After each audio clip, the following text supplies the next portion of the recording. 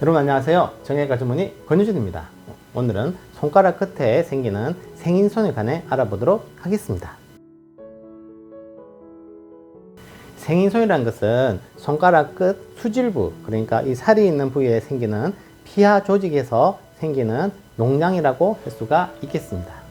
진단으로서는 이렇게 봤을 때 손가락 끝이 굉장히 통증이 심하겠습니다. 그리고 눌렀을 때도 통증이 더 심해지고 빨갛게 되면서 붓고 아프면서 피하 조직에 농량이 형성되었을 것을 보고 생인손이라는 것을 진단할 수가 있겠습니다.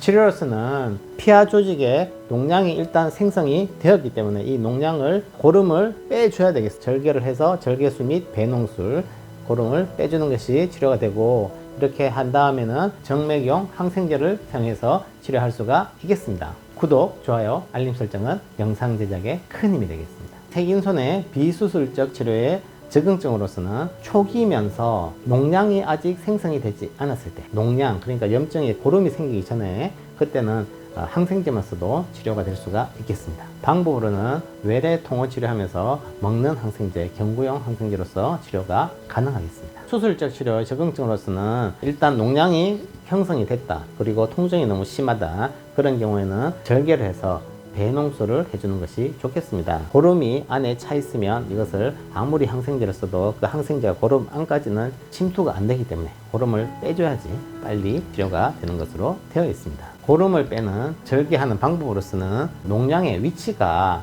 좀 가까운 쪽으로 절개를 하는데요, 농량이 약간 측면에 위치해 있다 그러면 측면 절개를 해서 농량을 뺄 수도 있고, 혹은 손바닥 쪽 끝에 주로 위치를 한다 그러면 가운데로 직선으로 절개를 해서 농량을 제거하는 그런 방법이 있겠습니다. 농량을 제거하고 난 다음에는 정맥용 항생제, 그러니까 조금 더 센 항생제를 쓰게 되면 쉽게 치료가 가능하겠습니다. 절개술 및 변연 절제술을 할 때 주의점이 있습니다. 이것을 많이 째서 많이 제거하는 것이 좋은 것이 아니라, 생인손이라는 것은 주로 손가락 끝마디, 그러니까 구획 그 안에 위치하고 있는데 이것을 많이 째가지고 근위부에 있는 힘줄이라든가 관절이라든가 뼈까지 긁어낸다든가 하면 수술이나 치료 과정에서 균이 힘줄이라든가 뼈라든가 관절까지 퍼질 수가 있습니다. 그렇기 때문에 국한되어 있는 그 농량 안에 있는 고름만 빼주는 것이 원칙이고요. 그리고 그 고름을 제거하면서 항상 원인균이 뭔지 균 공정 혹은 균 배양 검사를 해야 됩니다.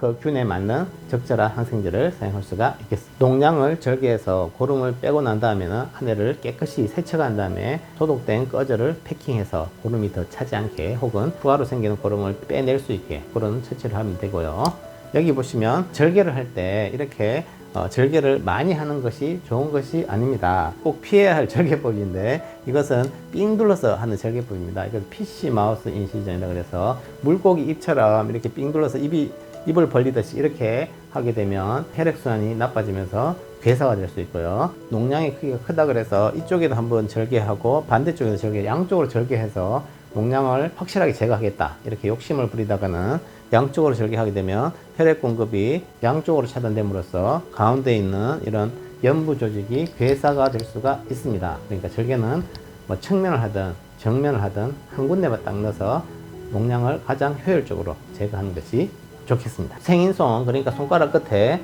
농량이 생겼을 때 합병증을 살펴보도록 하겠습니다. 첫 번째로는 수지천부 구획증후군입니다. 구획증후군이라는 것은 구획, 그러니까 손가락 끝에는 여러 가지 파이브로스 septa, 그러니까 섬유성 경막이 있습니다. 이 경막이 있는 이유는 손가락 끝에 이런 살에 물건을 칠 때 지지를 해주고, 쥐거나 집기 동작을 할 때 더 효율적인 그런 기능을 위해서 압력이 증가함으로써 혈액순환이 잘 되지 않고 통증이 심하게 되는 그런 구획증후군이 발생할 수가 있고요. 두 번째로는 굴곡근 화농성 건염이 발생할 수가 있습니다. 굴곡근이 뭔가 하면 손가락을 구부리는 힘줄인데요, 손가락을 구부리는 근육은 요 팔에 있지만 요게 쭉 진행을 해서 손가락 끝마디까지 가게 됩니다. 그래서 요게 근육이 수축하게 되면 손가락이 주먹이 쥐어졌다 폈다 이렇게 하는 역할을 하는 건데, 생인손 농량이 손가락 끝마디에 생기는데 이것이 더 퍼져가지고 옆에 있는 힘줄까지 퍼지면 이 힘줄은 아래로 쭉 연결이 되어 있습니다. 그래서 균이 한번 힘줄로 파급이 되면 이게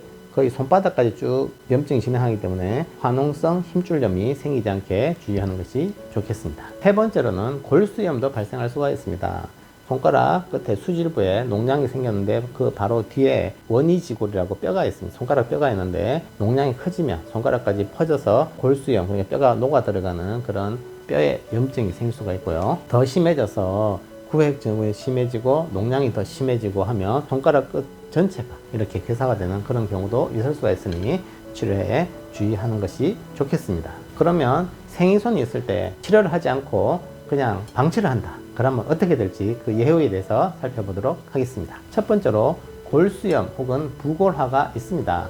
골수염이라는 것은 생인손이 손가락 끝에 발생하는 농양인데, 농양 혹은 염증인데, 이런 고름이 오래 차 있다 보면 이것이 커지면서 그 뒤에 있는 원위지골, 뼈에 염증이 퍼지는 것, 그것을 골수염이라고 하고, 골수염이 생긴 뼈가 시간이 오래 지나다 보면 뼈가 죽어버립니다. 뼈도 혈액 공급이 되어야 정상적인 뼈가 유지가 되는데, 골수염이 오래 지속되다 보면 죽은 뼈가 되면 그것을 엑스레이를 봤을 때 정상 뼈보다 훨씬 하얗게 보이면서 뿌옇게 보이는 그런 뼈가 되는데, 이것을 죽은 뼈 혹은 부골화라 그럽니다. 그런 게 발생할 수가 있고요. 두 번째로는 손가락 끝에 생기는 이런 농양이 더 퍼지게 되면 그 밑에 있는 원위지 관절이라고 있습니다. 관절까지 퍼지게 되면 화농성 관절염이 생길 수가 있습니다.